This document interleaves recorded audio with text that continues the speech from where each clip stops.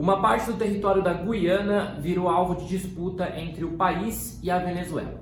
Essequibo, uma região que talvez você nunca tivesse ouvido falar, mas que agora está no centro de um grande conflito. Mas por quê? É isso que o Estadão Explica de hoje vai detalhar. Primeiro de tudo, a gente precisa saber o que é Essequibo. A Venezuela e a Guiana lutam há mais de um século pelo território de Essequibo, uma região de 160 mil quilômetros quadrados, rica em petróleo e minerais, administrada pela Guiana.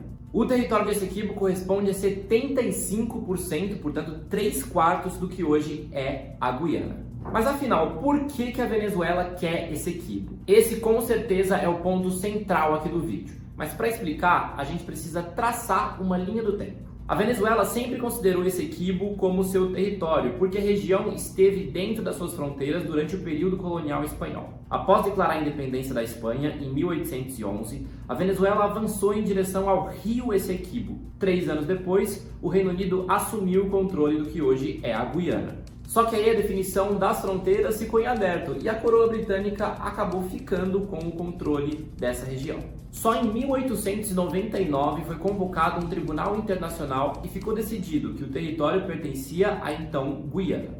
Em 1966, venezuelanos e britânicos que comandavam a Guiana assinaram um acordo de Genebra para buscar uma solução para o conflito fronteiriço, reconhecendo a existência de uma controvérsia decorrente lá da sentença de 1899. O problema é que as tratativas associadas a esse acordo continuaram a se desdobrar ao longo do tempo sem que elas alcançassem resultados mais concretos. Agora, a Guiana pede à Corte Internacional de Justiça que a decisão de 1899 seja respeitada, enquanto a Venezuela tenta usar essa brecha de 1966 para reivindicar o território.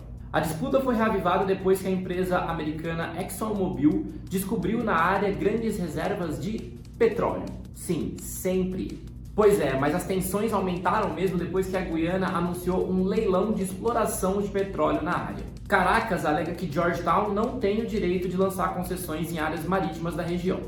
O capítulo mais recente dessa disputa centenária foi um plebiscito promovido na Venezuela.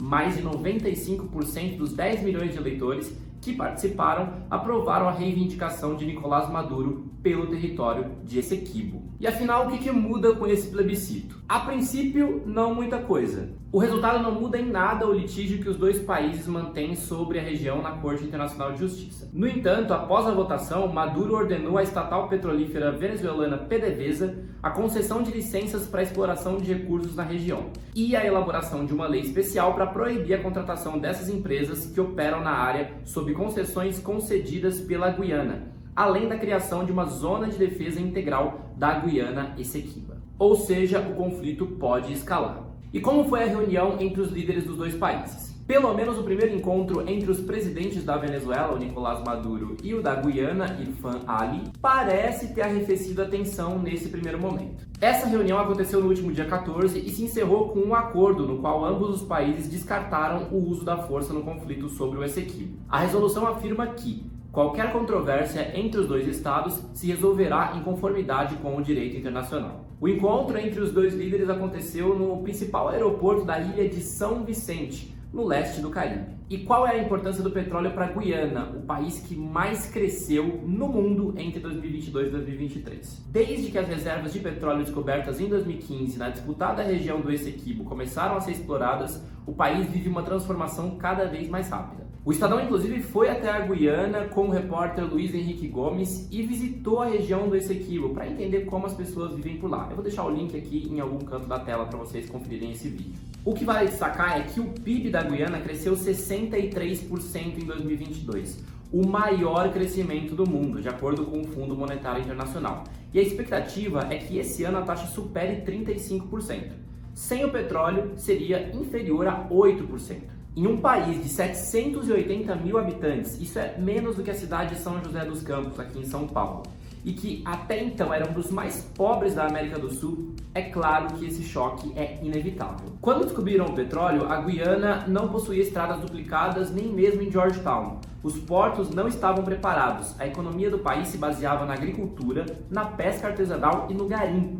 O petróleo atraiu investimentos do exterior de imediato. Só a ExxonMobil, gigante americana que descobriu os poços na Guiana, já investiu mais de 100 bilhões de dólares nos últimos 8 anos. A Chevron, outra gigante do setor, anunciou um investimento de 53 bilhões de dólares nesse ano. E qual é o poderio militar de cada país? Segundo o anuário de 2023 do Instituto Internacional de Estudos Estratégicos, a Venezuela tem 123 mil militares na ativa, além de 220 mil paramilitares e equipamentos obtidos da Rússia e da China, duas potências militares globais. Já a Guiana tem apenas 3.400 soldados, dos quais metade estão em funções na segurança pública. E qual é a posição do Brasil nesse conflito? O governo brasileiro, assim como outros países sul-americanos, pediu para que os países resolvessem suas diferenças territoriais por meios diplomáticos. No fim de semana, antes do resultado do referendo, o presidente Lula pediu por bom senso e disse que o que a América do Sul não está precisando nesse momento